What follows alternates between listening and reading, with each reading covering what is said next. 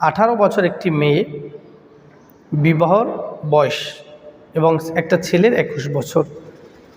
এই আইন করেছে এর আগে বিবাহ দেওয়া যাবে না।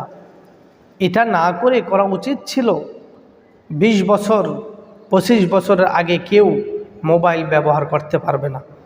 ফ্রি সময়, ফ্রি টক টাইমে কোনো ছেলে কোনো মেয়ের সাথে কথা বলতে পারবে না, অযথা অকারণে কোনো মেয়েকে ডিস্টার্ব করতে পারবে না, কোনো ছেলে মেয়েকে না, কোনো মেয়ে ছেলেকে না, কোনো প্রেম প্রীতি চলবে না, কোনো পার্কে ঘোরাঘুরি চলবে না।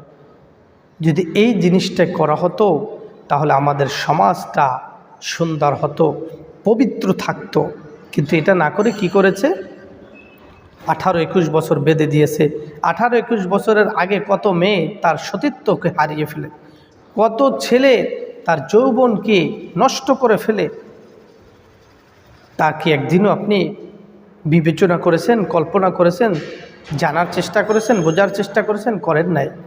যদি করতেন তাহলে এই আইন পাশ করা আপনি কখনোই চাইতেন না যে এই আইন পাশ হোক।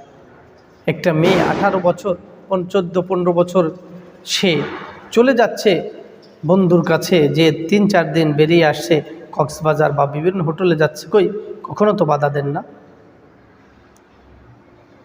এটা তো একটা অবৈধ হারাম কাজ, সেটা আপনি করতে কোনো ধরনের আইন করলেন না, ফেরানোর জন্য আইন করলেন না। কিন্তু যেটা বৈধ বিবাহ এবং আল্লাহ রসুল আল্লাহ হুকুম করেছেন সেটার ব্যাপারে আইন করে বসলেন।